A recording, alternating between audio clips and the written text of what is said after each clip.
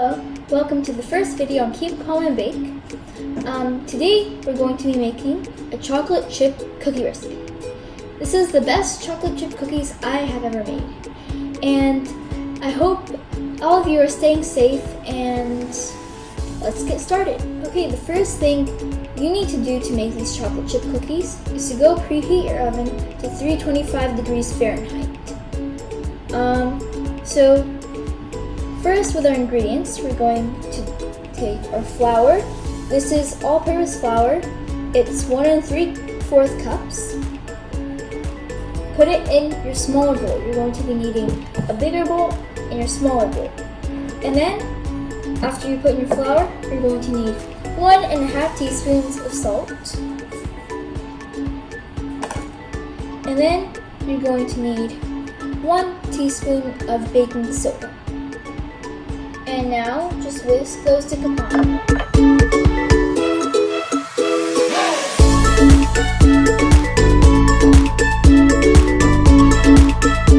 Okay, so now after you've whisked all of your dry ingredients, set that aside. Now, we're going to be making some brown butter. So let's head over to the stove. At the stove, put a saucepan, a medium-sized saucepan, on your stove and put it on medium heat. And just wait until your pan gets hot. Okay, so now after your pan heated up, put in about 1 cup of butter. And so after it's melted, you're going to want to stir constantly so that your butter gets melted evenly. Now, as you can see, after your butter reaches to a boil, you have to start stirring constantly to make sure your butter browns evenly and that the sides won't get burned or anything. So, the reason why we're browning butter is so that these cookies can have more flavor, and flavor is a good thing in any baked good. Also, what's happening while we're browning the butter, as you can see, is as the butter has melted, the milk solids will go and float up to the top of the butter. Then, after a while, it will sink down to the bottom, and that's how you get those little burnt bits after you're done browning your butter. Now, after a while, as you can see, the milk solids have sinked down to the bottom, and they're starting to get brown. So we have to keep stirring evenly so the butter gets browned and the milk solids won't burn immediately. This is what it should look like right before your brown butter is done. The milk solids have burned and your butter is browning. This is when you should stop. After your butter has browned, the milk solids at the bottom would have burned. And we're going to use a metal strainer that's heat-proof so we can strain out all those burnt bits at the bottom and into a heat-proof bowl. As before, I did it with a plastic strainer and a hole got through it, so please don't do that. So now we're just going to strain it through.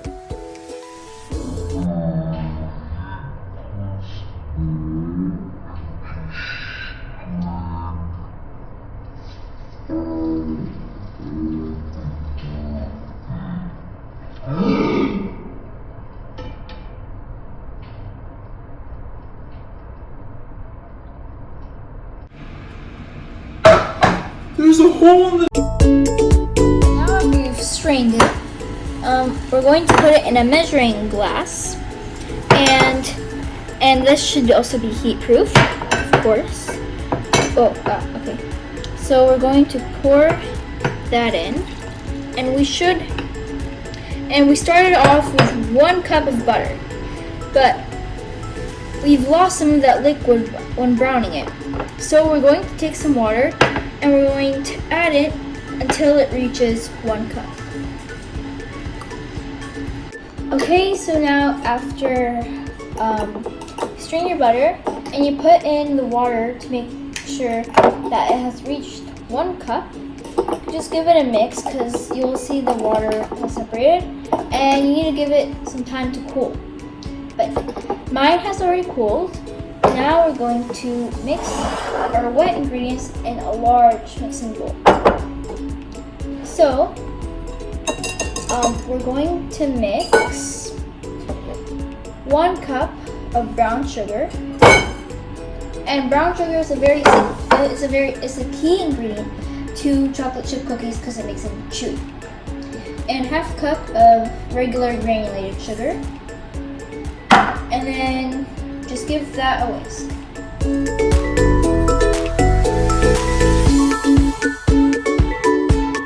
After you mix that, it's time to add in the rest of the ingredients. You really didn't have to mix it, but I wanted to.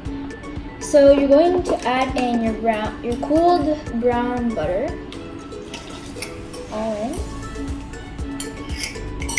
Then this is an eggless cookie recipe, so I'm not going to be using eggs. And 2 teaspoons of vanilla, and a replacement of eggs, and also to give flavor, 4 tablespoons of molasses. So we're just going to add that in.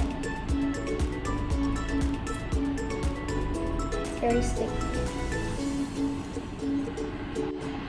Just give that a whisk.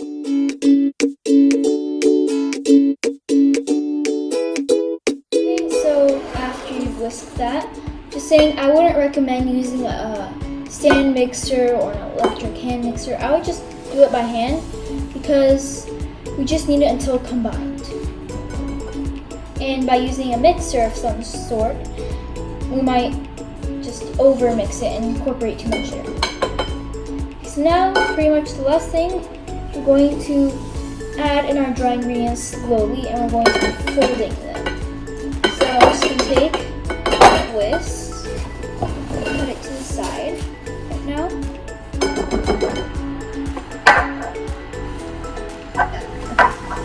And I'm going to use a spatula to scrape down the bowl, make sure that all the sugar is incorporated.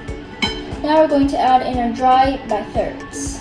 So first I'm going to start with about 1 1/2, doesn't really matter. And then we're just going to fold it in.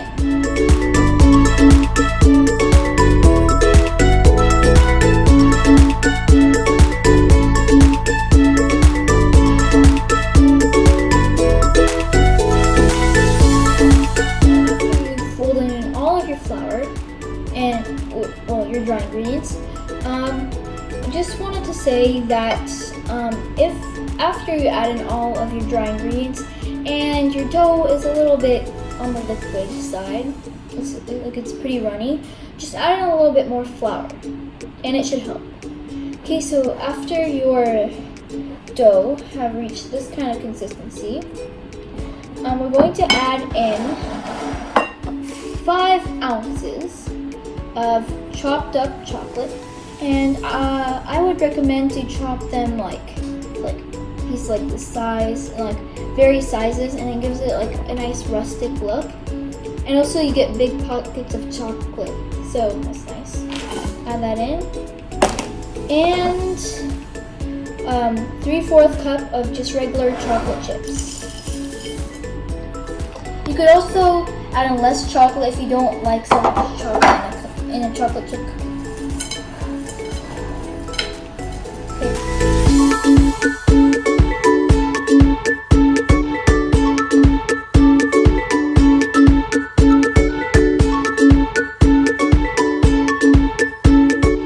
Now after your dough is all ready, it's time to put them on our baking sheets.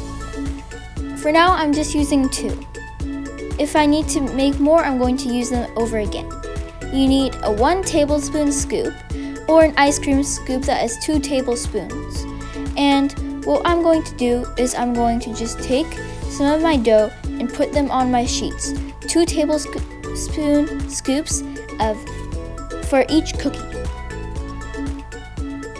So now I'm just taking my tablespoon scoop and leveling it with a spatula and just putting it on my sheet. And I'm going to do 2 of those and just roll it into a ball.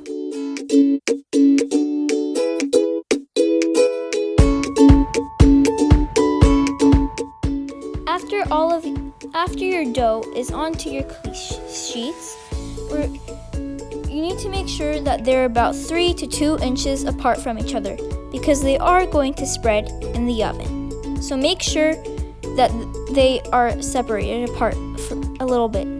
And what I like to do is take a little pinch of salt and put them on top of each cookie so they have a little bit of saltiness on top. I like to do it before I bake them because if you do it after, the salt will fall off. After you put the salt on your cookies, it's time to put them in the oven. Make sure your oven is preheated to 325 degrees Fahrenheit and just put them in your oven. It would take about 15 minutes depending on your oven because every oven is different. So just keep an eye on them.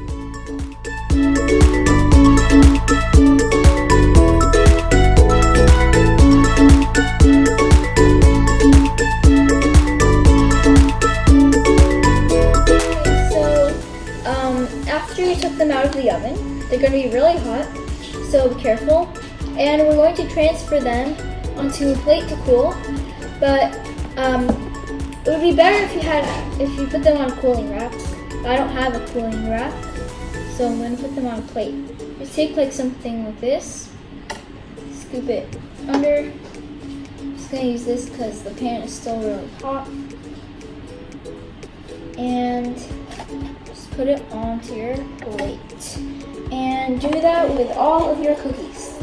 After you let them cool for like a minute or two, you can now enjoy them. And this is one cookie. They're really crispy on the exterior, and they're nice and chewy inside. And they have good old melted pockets of chocolate. Let's try them.